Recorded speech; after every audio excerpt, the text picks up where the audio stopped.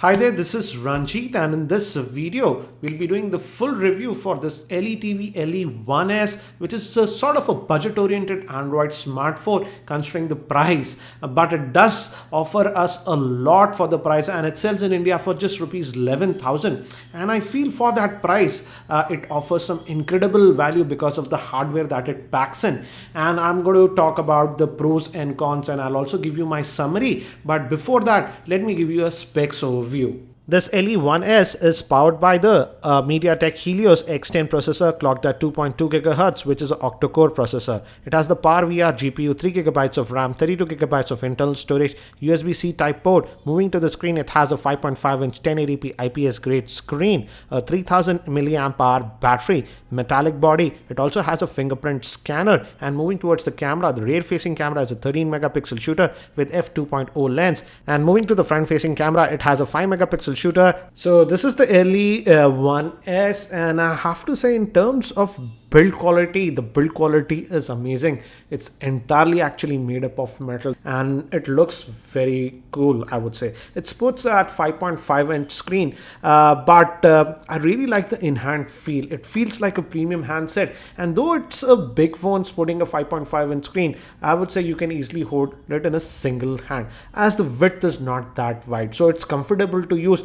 And in terms of build quality, I have to say one of the best build quality that I've seen in this price range. It also has this fingerprint scanner and the IR blaster, using which you can actually control devices like television. And I did test it. For example, you can configure the remote control, and I configured it for my television. That was a Samsung television, and it worked perfectly. But one thing that I have noticed is that this remote IR blaster does not work with third-party remote control apps like Peel, etc. And regarding the charging port, it has that new USB-C type port, so that's a good thing, I would say. So again, for the price, I would say we are getting a lot, and I just love the build quality, and it looks pretty cool because of the chamfered edges, so it gives a feeling of a premium phone. Now moving to the UI, again it is running a custom UI like most other Chinese vendors, and it's known as the EUI. And if you just go to the notification tray also, you won't find any quick toggles. For that, you have to hit this button, and here you get your recent apps and the quick toggles. And I feel it's just trying to emulate iOS just too much, so I'm not a big fan of this UI, and it certainly does take quite a bit of time to get used to this one. And regarding the Android version, if you go to the settings, still we are on the Android version 5.0.2, and I'm not very sure when we will get the Android Marshmallow update because of this very heavy UI that we are running. So that is one con. And also, though this device has 3 gigabytes of RAM, I feel that because of this UI, the available RAM that you get is sort of less. Though it is for the most part very fluid thanks to that Helios X10 processor, which is actually a pretty fast processor. So in day-to-day activities, it is fluid, but sometimes I do notice minor lags between the apps when I switch. So that is one thing that you have to be aware of. And also, out of that 3 gigabytes, if you kill even all the apps, you just get about 1.3 gigabytes of RAM. So again, overall, I would say for the most part, you won't notice lagginess. It runs it fine, but occasionally, yes, I do notice a bit of stutters here and there.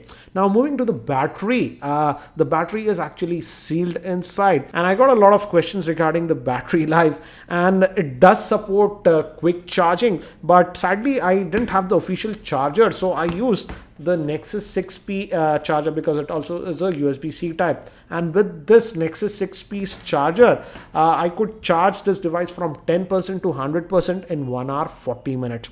I've heard on Twitter other users who got the official charger can charge it in about 2 hours. So yes, definitely it supports quick charging. And so in terms of battery life, here again I have mixed results. Let me show you some screenshots. I would say I was getting very good battery life when I was on Wi-Fi, close to about 4.5 hours of screen on time, and the standby time is nothing short of incredible. Let me actually show you. You guys won't believe this one.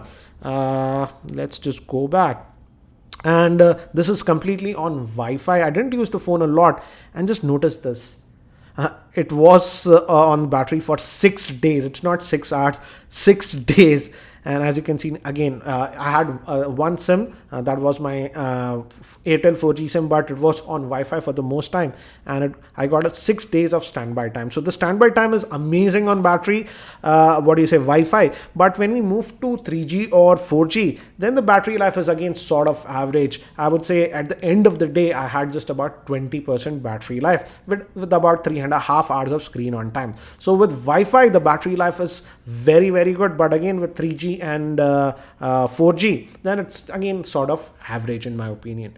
Now moving to gaming, here I had very good experience with this device. It could run all the heavy games I threw on it without any issues. But yes, with extended gaming, it can get slightly on the hotter side. It can touch up to 45 degrees Celsius. Now moving to the camera, the rear facing camera is sort of decent in outdoor conditions in my opinion, as you can see from the sample shots. But again, when we move to indoor lighting and artificial lighting, the camera performance was strictly mediocre in my opinion. Again, I have already posted my camera review with a lot of samples. Yes, it can even shoot video at 4K. So for all those sample shots, you should check out my camera review. Also, in terms of heating, some of you have asked me about the heating. As this device is metallic, yes, with about 10 odd minutes of usage, it feels a little bit warm. But I did test this with my heat gun after usage, and it was hovering about 39 degrees Celsius. But again, because of this metallic nature, it certainly feels a little bit warm. But one thing that I have noticed is that the screen, yes, can feel a little bit warm with extended usage. So it does not get extremely hot, but yes, certainly it becomes warm in my opinion. Now moving to cellular call quality, here I would say the cellular call quality that I got and the reception on 3G and 4G was very good. I have no problems regarding cellular reception. The voice quality was clear, and the other parties also said I sounded very clear. So I have no issues regarding the cellular call quality. And the earpiece is also very good. If I have to rate it, I would rate it 8.5 out of 10. So what do I feel about this LETV LE1S? And I'll just break it down between the pros and cons, and later on I'll give you a ranking. But let's start with the cons and the things that I did not like with this device. The first thing that I did not like is the custom UI that it runs, that is known as the EUI. I feel it's sort of bloated, and though the device has 3 gigabytes of RAM, if you kill all the apps, we just get about 1.2 gigabytes of RAM free. So I feel the UI is a little bit bloated, and it actually feels like you tries to emulate actually iOS. So I'm not a big fan of this bloated UI. Also, due to this bloated UI, though it has 3 gigabytes of RAM, I have noticed that after, if you do very heavy multitasking, after 4-5 apps, it tries to kill some of the apps, and that can cause sometimes issues. For example, I noticed sometimes on Twitter and even on WhatsApp, I was not getting notifications, but when I reopened the app, I got all the notifications. So because of that heavy UI, RAM management is not that great. It won't matter if you're sort of a casual user, but if you're a sort of a heavy user, you have to be aware of that. I did notice that the handset does tend to get a little bit warm after about 10 minutes of usage, specifically if you're using it on mobile data. It does not get extremely hot, but yes, it does tend to get a little bit warm. Also, in terms of camera, though it is having that 13 megapixel camera, I feel the camera performance is strictly very average, and particularly in indoor and artificial lighting conditions, the camera performance was not that great. Also, it does have that auto brightness sensor, but I noticed that the auto brightness sensor is sort of a little bit buggy. It does take quite a bit of time to adjust to ambient lighting conditions. And again, the biggest annoyance that I have with this device is that custom UI, that is this EUI. It is just simply bloated. So these were some of the cons of this device. Now let's move to the things that I really liked about this device, and let's start with the pros. The first thing is the build quality. The build quality, as I've mentioned earlier also, is amazing. That metallic build, and it feels actually very good in the hand. It feels like a premium handset. Also, I like the features that we get, like the IR blaster, the fingerprint scanner, and the USB-C type fast charging. So it does offer us a lot in terms of the features also. Also, in terms of the fingerprint scanner is actually pretty good, I would say. But again, if I have to rate it, I would rate it 8 out of 10. Most of the time it works fine, but sometimes you have to tap in twice. But overall, I would say, considering the price point, the fingerprint scanner is also very good. Now moving to the screen quality. Again, the screen quality provided is also very good. And also, if you keep it on auto brightness, I noticed that even when I was using this handset outdoors in direct sunlight, the screen was legible. So I'm very happy with the screen quality. And I have to say, if we compare it with other handsets in this price range, for example, the Lenovo K4 Note also has a 1080p screen. But if I have to select the screen, this one definitely has a better screen. But again, it tries to oversaturate the pictures at times. Also, in terms of day-to-day performance, I would say, considering the price point, the performance of this phone was very good. The Helios X10 processor handles it fine. But occasionally, yes, you might notice some UI lag because of that bloated UI. Also, in terms of gaming, the gaming performance was actually very good. One of the best gaming performance for a device in this price range. But yes, with extended gaming, it tends to get a bit on the hotter side. It can reach up to 45 degrees Celsius. And now let me just give a ranking to give you an idea how I feel about this device. First, if we talk about the screen, then I would rate it 9 out of 10. Also, in general performance, I would rate it 8 out of 10.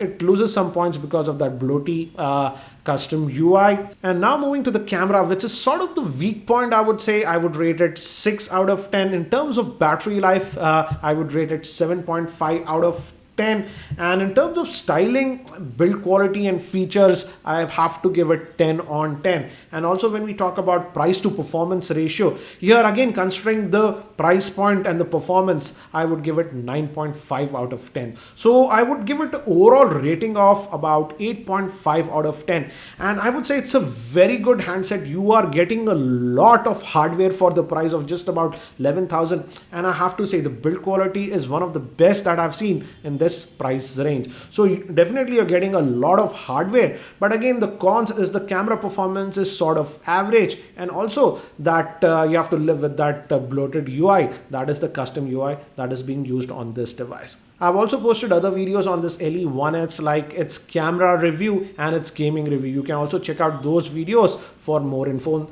on those specific topics. I hope you found this video review helpful. If you found it helpful, I'll appreciate if you can click the like button. And if you're not subscribed to my YouTube channel, hit that subscribe button. Thanks for watching. This is Ranjit, and I hope to see you in my next video.